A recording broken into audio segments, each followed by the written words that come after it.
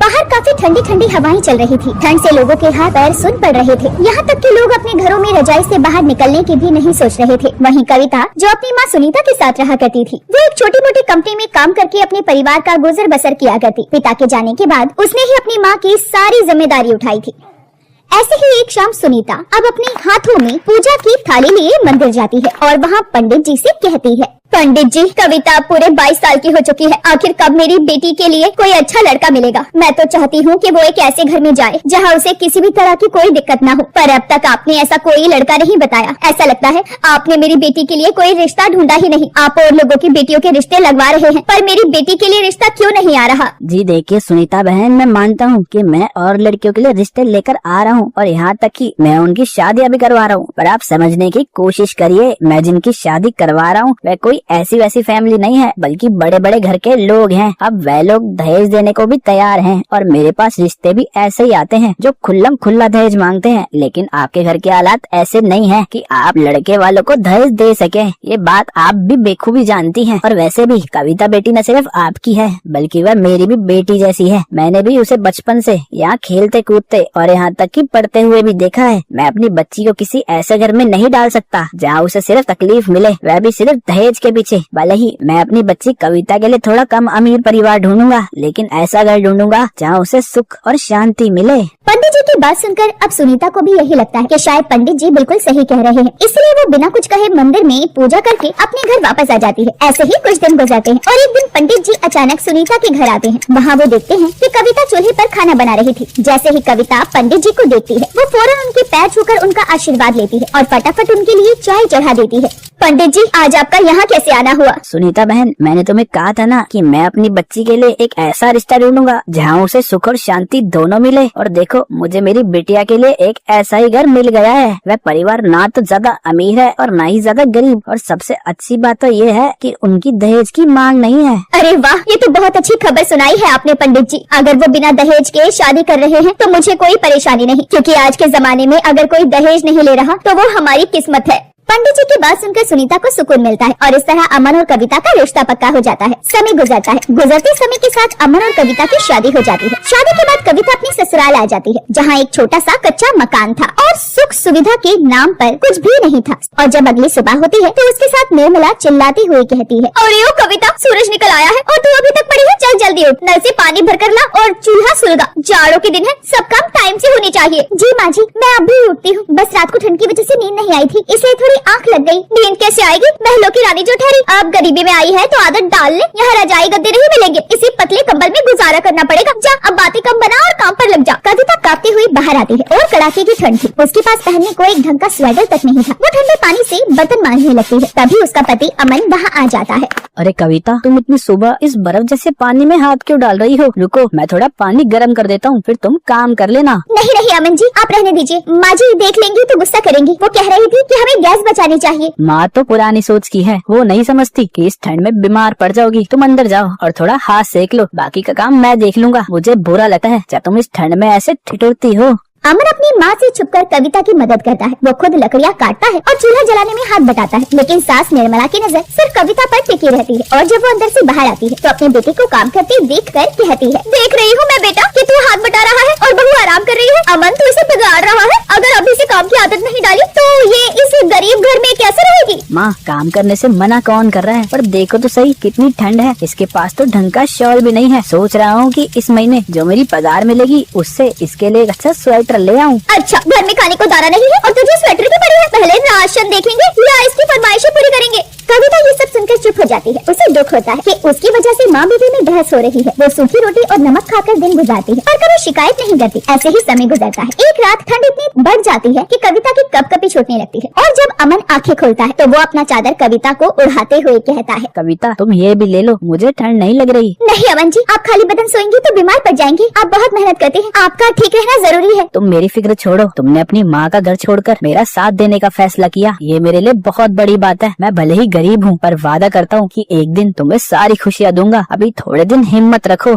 अमन की बात सुनकर कविता मुस्कुरा देती है और अमन को पकड़कर सो जाती है। अगले दिन कविता की तबीयत बहुत खराब हो जाती है। ठंड की वजह से उसे तेज बुखार चढ़ जाता है। अमन परेशान हो जाता है, पर घर में दवाइयों के पैसे नहीं होते। तभी अमन अपनी माँ के पास जाता है और कहता है, माँ देखो कविता को कितनी तेज बुखार है, इसे डॉक्टर के पास ले जा रहा हूँ। अरे थोड़ा काढ़ा पिला दे, ठीक हो जाएगी। डॉक्टर के पास जाएगा तो वो सैकड़ों रुपए ऐंठ लेगा। नहीं माँ, पैसे आज नहीं तो कल आ जाएंगे, पर अगर कविता को कुछ हो गया तो मैं खुद को कभी माफ नहीं कर पाऊंगा। और आप कैसी माँ हैं? अरे आपने ही तो मेरी शादी कविता से करवाई है ना, वह भी बिना दहेज के। अब जब शादी करके वह इस घर में आई है तो आपके साथ साथ मेरी भी जिम्मेदारी बनती है कि हम उसका ख्याल रखें। मैं जानता हूँ जितनी सख्ती आप दिखा रही हैं उतनी सख्त आप है नहीं। आखिर क्यों आप हर वक्त कविता को अपनी नजरों पर चढ़ाई रहती हैं? क्यों उसे अपनी ममता नहीं दे रही? बेचारी क्या नहीं करती। आज जब वह बीमार है तो आप इस तरह कह रही हैं। बेटे की बात सुनकर अब निर्मला को भी ये एहसास होता है कि वो कितनी गलत है। वो अपनी सबसे कीमती घड़ी बेचकर दवाई लाता है। जब कविता को होश आता है तो वो देखती है कि अमन उसके पास बैठा उसके पैर दबा रहा है।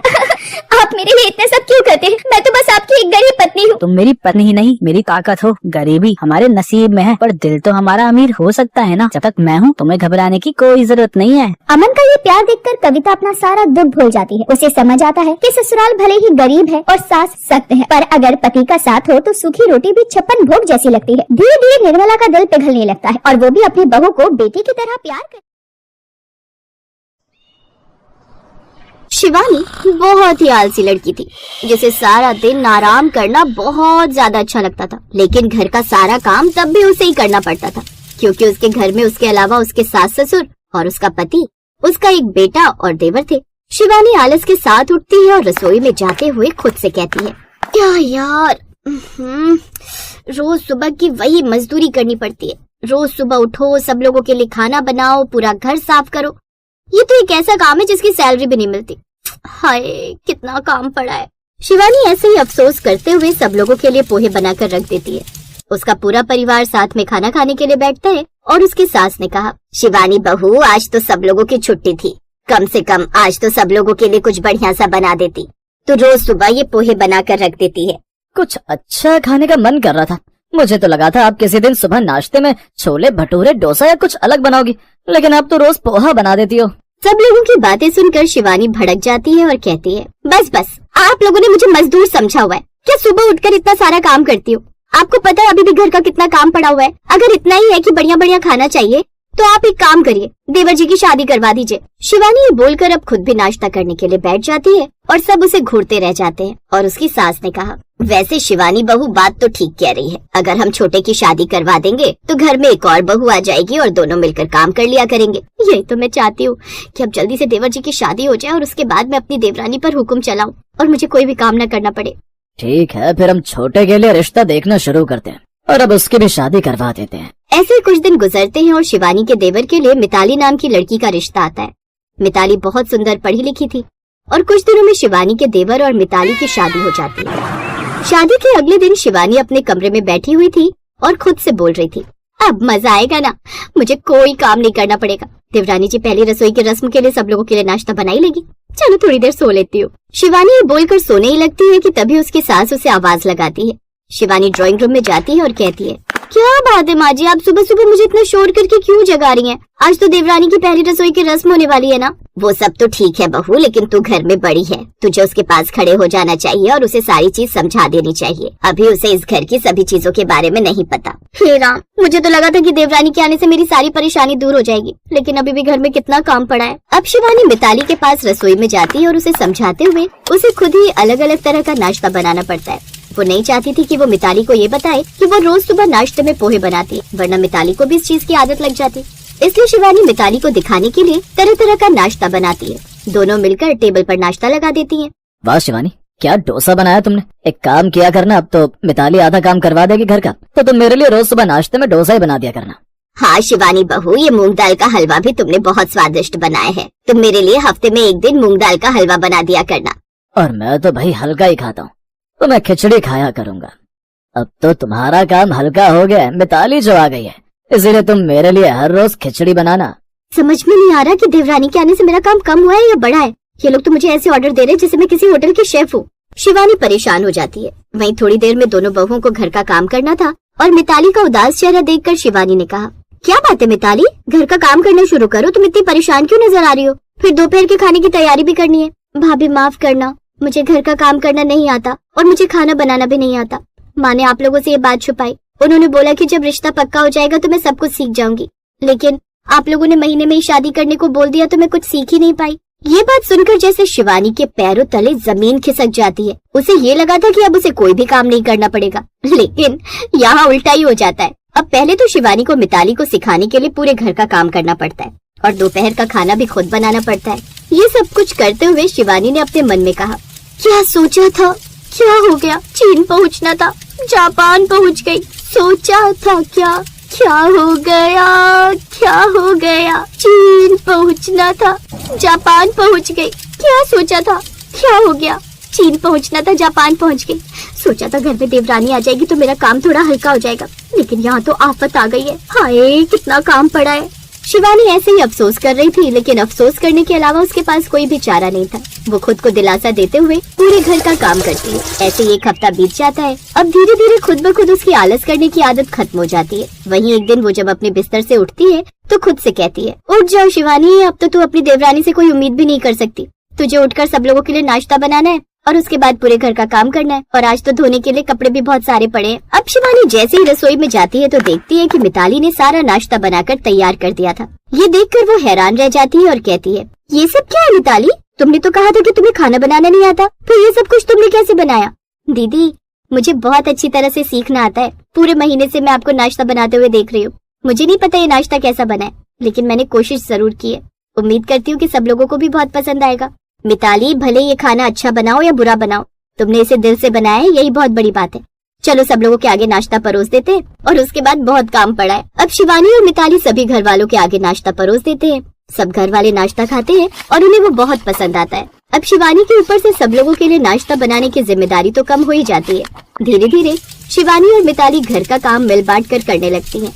ये देखकर उनकी सास भी बहुत खुश थी। अच्छा शिवानी बहू, अब तो तुम्हें किसी भी तरह की कोई परेशानी या मुसीबत नहीं है ना? अब तो मिताली बहू ने धीरे धीरे सारे घर का काम सीख लिया है। अब तो तुम हर बात पर ये नहीं कहोगी कि हाय कितना काम पड़ा है। नहीं माँ जी, अब मैं बहुत खुश हूँ। ऐसा लग रहा है जैसे मेरी बहन इस घर में आ गई है। हम दोनों मिलकर इस घर की सारी जिम्मेदारी को बहुत अच्छे से संभाल लेंगे। शिवानी ये बोलती है और उसके बाद मिताली को अपने गले से लगा लेती है। अब मिताली और शिवानी मिलकर फुर्ती से सारे घर का काम कर दिया करते और उनके पास समय भी बच जाया करता। ऐसे ही दोनों बहुएं जल्दी से सारा काम करके फ्री हो जाया करती और कोई भी ये नहीं कहता है कि कितना काम पड़ा है।